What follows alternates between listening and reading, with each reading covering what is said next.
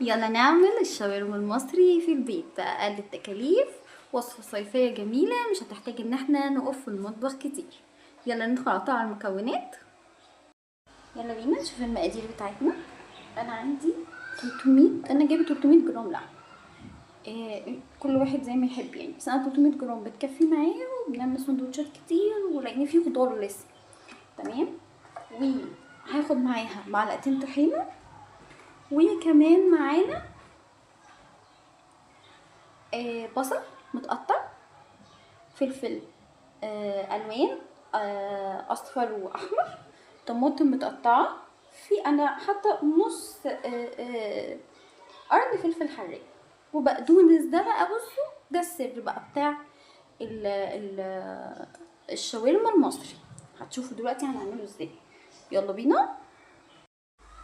عندي طاسه سخنه، هحط لها معلقه زيت.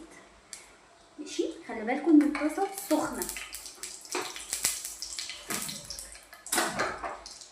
وهنحط اللحمه بتاعتنا في الطاسه سخنه. ليه؟ عشان تحبس الميه بتاعتها. بسم الله.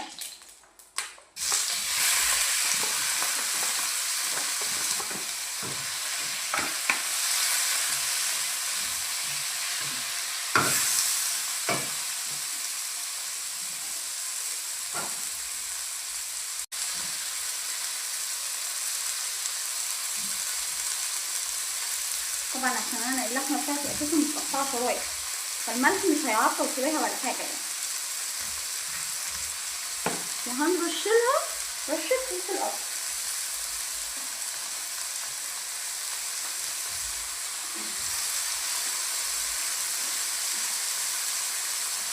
وهنقلب فيها بقى لحد ما تحمر.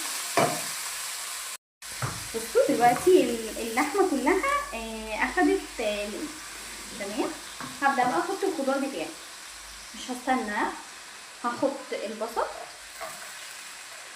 والفلفل، كل حاجه هحط كل حاجه، والطماطم، وحبه من البقدونس. هقول لكم ليه دلوقتي، انا مش هاخد البقدونس كله. تمام. وهنظبط ملحنا والفلفل الاسمر بتاعنا ونسيبهم على النار شويه. دلوقتي الشاورما نزلت ميتها خالص، انتوا شايفين ولا لا؟ اهو الخضار كله نزل الميه بتاعته.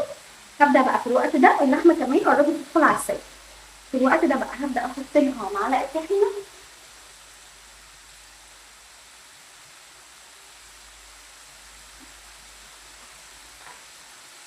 اهو،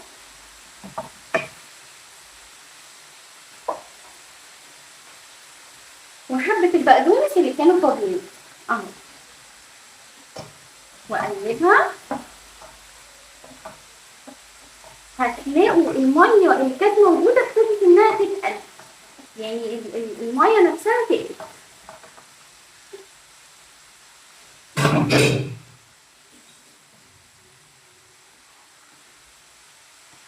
هبدا انا احط لها حبه ميه تانية، وهغطيها وهسيبها تستوي ولا هتطيب ان شاء الله. اهو الشاورما بتاعتنا استوت. بصوا شكلها وريحتها تحفه طبعا. حمرنا جنبها شويه بطاطس، وعملت جنبها سلطه الطحينه، مش بتاعه السمك، لا الطحينه بتاعه المشاوي، اللي هي طحينه وميه سخنه ونقطه خل وملح وكمون وشطه.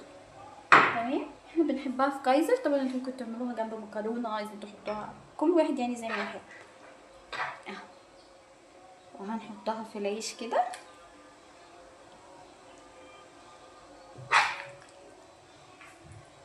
بالطريقه دي، ونحط عليها الطحينه كده برضو اهو.